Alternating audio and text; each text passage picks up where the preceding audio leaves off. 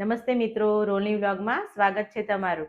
આજે આપણે ગુજરાતીઓનું ફેવરેટ એવું ઊંધિયું બનાવીશું। ઊંધિયું એકદમ આપણે કુકરમાં બનાવીશું અને 20 થી 25 મિનિટમાં તૈયાર થઈ જશે।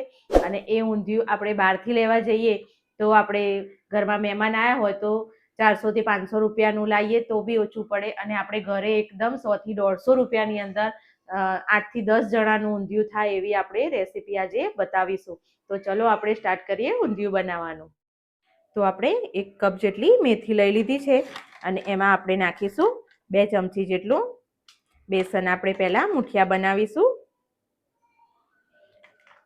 2 ચમચી જેટલું બેસન લીધું છે અને 2 ચમચી જેટલો જાડો જે ઘઉંનો લોટ આવે છે ભાખરીનો, એ 2 ચમચી લઈ લીધો છે। હવે એમાં આપણે મસાલા કરીશું। તો આપણે હવે મસાલો કરીશું। અડધી ચમચી જેટલી હળદર, 1 મોટી ચમચી લાલ મરચું, ધાણા જીરું અને સ્વાદ પ્રમાણે મીઠું, અને કોથમીરની કડવાશને દૂર કરવા માટે 1 ચમચી જેટલી ખાંડ। અને આપણે એકદમ ક્રિસ્પી અને પોચા બનાવવા માટે, ફૂલી જાય એ માટે થોડો સોડા, ખાવાનો જે સોડા આવે છે, સાજીના ફૂલ કહીએ છીએ એ। અને એમાં નાખીશું આપણે 1 ચમચી જેટલું લીંબુનો રસ, એટલે એ એક્ટિવ થઈ જશે। અને હવે આ બધાને આપણે ધીમે ધીમે મિક્સ કરી લેશું। તો આપણે આદુ અને લસણ અને મરચાંની પેસ્ટ બનાવવાની છે, એ ત્રણેય લઈ લીધું છે મિક્સરમાં। અને થોડાક એવા કોથમીરના પાન લઈ લેશું અને આની પેસ્ટ બનાવી લેશું। તો આપણે થોડા તલ લઈશું મુઠિયા બનાવવાની અંદર, અને આપણે જે આ પેસ્ટ બનાવી હતી એમાં જે આ મસાલો એડ કરીશું મુઠિયામાં।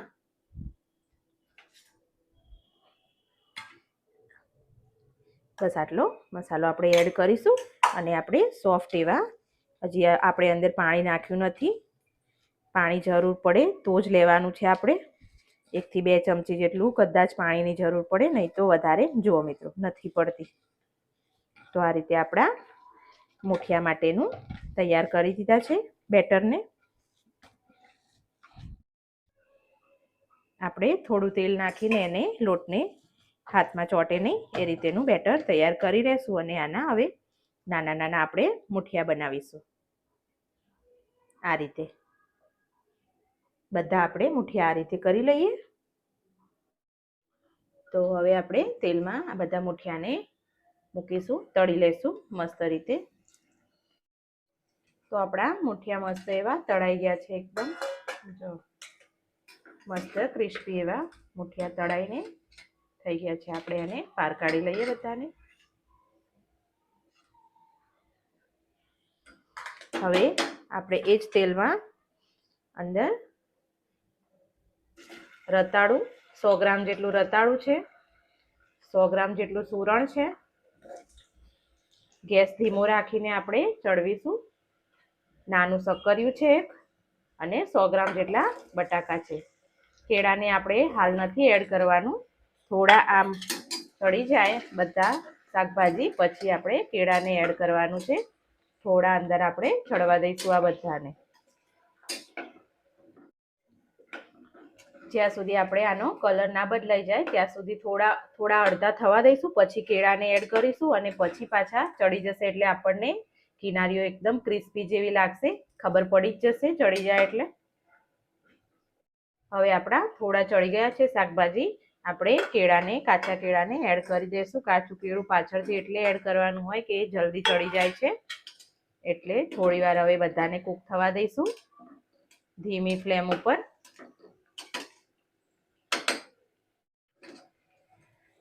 તો આપણા શાકભાજી એવા મસ્ત એવા ચડી ગયા છે અંદર, આપણે કટ કરીને જોઈ લઈએ, જો એકદમ મસ્ત એવા ચડી ગયા છે। તો હવે આપણે આને બહાર કાઢી લેશું।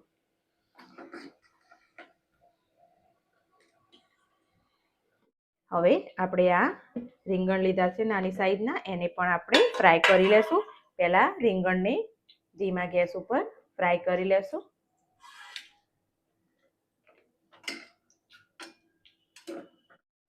તો હવે આ સ્ટેપ ઉપર આપણે લીલા મરચાં હતા એને પણ એડ કરી દઈશું, જોડે તળાઈ જાય। આપણે 3 મિનિટ જેટલા કૂક કરવાના છે, વધારે કૂક નથી કરવાના, 80% કૂક કરવાના છે. તો આપણા રીંગણને 3 મિનિટ થઈ ગઈ છે અને મસ્ત એવા કૂક થઈ ગયા છે.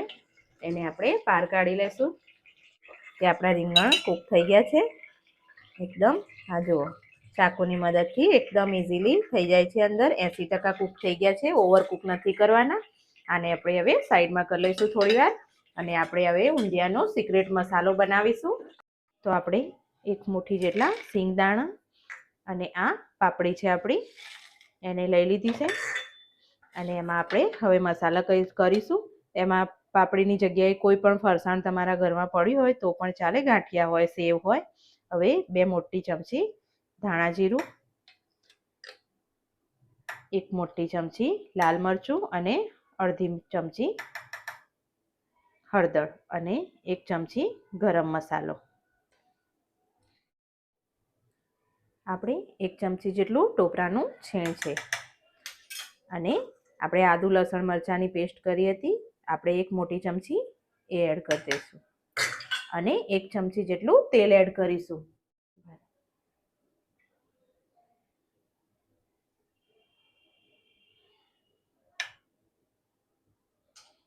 હવે આપણે એને બધા ટેસ્ટને બેલેન્સ કરવા માટે 1 મોટી ચમચી ખાંડ એડ કરીશું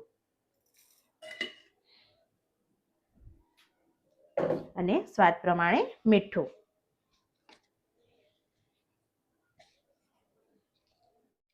આને ઢાંકણ બંધ કરીને ક્રશ કરી લેશું. આ આપણો ઊંધિયાનો સિક્રેટ મસાલો છે. તો આપણો આ મસાલો એકદમ મસ્ત એવો તૈયાર થઈ ગયો છે.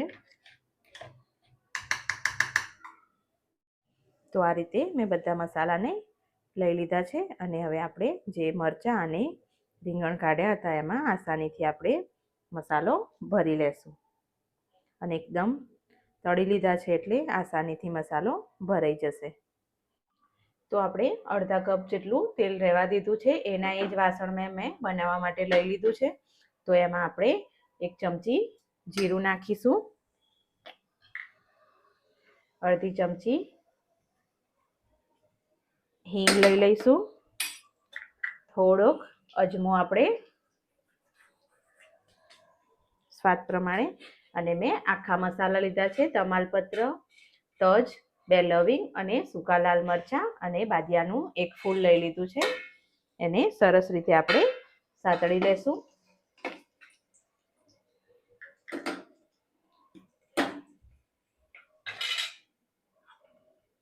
અને મેં લીધેલી છે સુરતી પાપડી છે, આપણા વટાણાના દાણા છે, આ છે તુવેરો અને આ છે આપણી દેશી પાપડી આવે છે એ છે.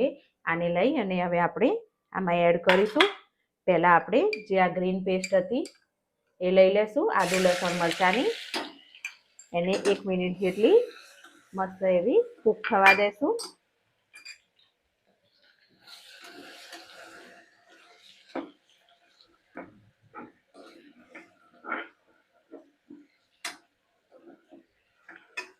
તેલમાં સરસ એવી આને પેસ્ટને પહેલાં આપણે કૂક કરી લેશું. તો હવે આ બધા દાણા આપણે અંદર એડ કરી દેશું અને 3 થી 4 મિનિટ માટે એને મસ્ત એવા તળવા દેશું. બધું 50-50 ગ્રામ છે. તો આપણે 1 ચમચી જેટલું ધાણા જીરું પાવડર, 1 ચમચી જેટલું લાલ મરચું પાવડર, થોડો હળદર અડધી ચમચી અને આ 2 ચમચી જેટલો ઊંધિયાનો મસાલો નાખીશું. ઊંધિયાનો મસાલો ના હોય તો તમે કોઈ પણ ગરમ મસાલો નાખી શકો છો અને આને મસ્ત એવું ફ્લેવર લાવવા માટે મિક્સ કરી દેશું. અને આ સ્ટેપ ઉપર આપણે નાખીશું અંદર આ જે મસાલો મિક્સ કરેલો હતો એ થોડો એવો આપણે અંદર એડ કરીશું અને મસ્ત એવું મિક્સ કરી લેશું પહેલા. અને આ 2 ટામેટાની પ્યુરી છે એ પણ આપણે એડ કરીને મસ્ત એવી મિક્સ કરી લેશું. હવે તેલ છૂટું ના પડે એમાં બધાથી ત્યાં સુધી આપણે એને થોડું કૂક થવા દઈશું અને સ્વાદ પ્રમાણે મીઠું નાખી દેશું. અને થોડી વાર એવું બધાને મિક્સ કરીને કૂક થવા દઈશું, સાઈડોમાંથી તેલ છૂટું પડે એ રીતે. આપણા જે હવે તળેલા શાકભાજી છે એના અંદર આપણો જે સિક્રેટ મસાલો હતો એને એડ કરીને સરખું મિક્સ કરી લેશું. એકદમ મસ્ત ફ્લેવર આવી જાય છે બધા શાકભાજીની અંદર.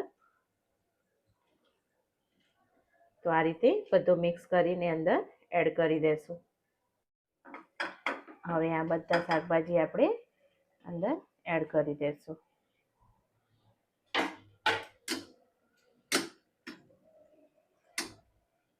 બસ આપણે નીચેના દાણા નથી કરવાના, તો આપણે થોડું પાણી એડ કરીશું, અડધો ગ્લાસ જેટલું, અને કુકરનું ઢાંકણ બંધ કરી લેશું.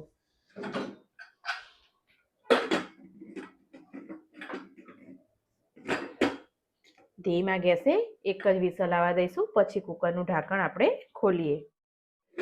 તો આપણી એક વિસલ થઈ ગઈ છે અને આપણે ઢાંકણ ખોલી લીધું છે અને આપણા શાકભાજી મસ્ત એવા તૈયાર થઈ ગયા છે. જુઓ, આને મસ્ત એવા મિક્સ કરી લેશું.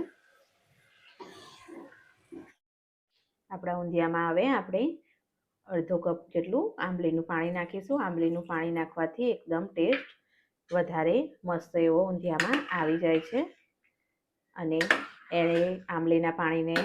આંબલીને બેલેન્સ કરવા માટે આપણે 2 ચમચી જેટલો ગોળ એડ કરીશું.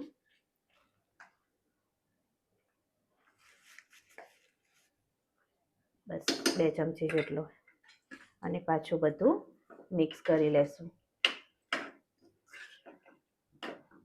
લાગે છે ને એકદમ બાર જેવું ઊંધિયું. હવે આ જગ્યાએ આપણે આજે આપણા ભરેલા રીંગણ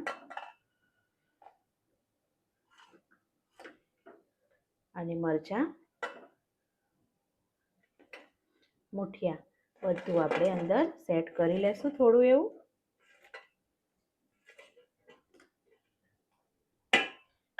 અને થોડું એવું મિક્સ કરી અને આપણે થોડું પાણી નાખીને આને ઢાંકણ ઢાંકી અને થોડું ચડવા દેશું. આપણા ઊંધિયામાં આપણે આ 2 મુઠિયા આપણે એકદમ ભૂકો કરીને નાખી દેવાના છે અને સહેજ હલાવી લેવાના છે, સહેજ જ. બસ હવે આમાં થોડું આપણે હજી પાણી એડ કરીશું અને થોડું એવું આપણે ચડવા દઈશું ઢાંકણ બંધ કરીને. આપણે એક વઘારિયામાં તેલ લઈ લીધું છે 3 મોટી ચમચી. એમાં આપણે એડ કરીશું 1 ચમચી જેટલા તલ, થોડીક હિંગ અને 1 ચમચી કાશ્મીરી લાલ મરચું. અને આપણે એનો એકદમ મસ્ત એવો વઘાર થઈ જશે અને એકદમ બાર જેવો મસ્ત ઊંધિયું બનીને તૈયાર થઈ જશે. જો મિત્રો, આપણું ઊંધિયાનો કલર પણ બદલાઈ ગયો અને મસ્ત એવું આપણું ઊંધિયું તૈયાર થઈ ગયું છે ઘરે. તો મિત્રો, તમે પણ એકવાર ઘરે જરૂરથી ટ્રાય કરજો. જો એકદમ મસ્ત એવું ઊંધિયું આપણું તૈયાર થઈ ગયું છે. હવે થોડી વાર રહીને આપણે ગેસ બંધ કરી દઈશું. તો જો મિત્રો, આપણું મસ્ત એવું ઊંધિયું ઘરે બનીને તૈયાર થઈ ગયું છે.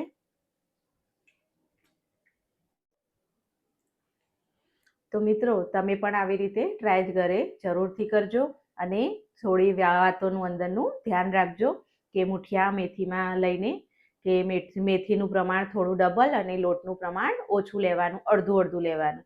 એ પ્રમાણે મુઠિયા કેવી રીતે કરવા અને એ વસ્તુનું ધ્યાન રાખશો તો તમારા પરફેક્ટ જ ઊંધિયું ઘરે બનશે. તો મિત્રો, તમને મારો વિડીયો કેવો ગમ્યો? લાઈક કરજો, શેર કરજો, સબસ્ક્રાઈબ કરજો અને કમેન્ટમાં ચોક્કસથી કહેજો. Thank you.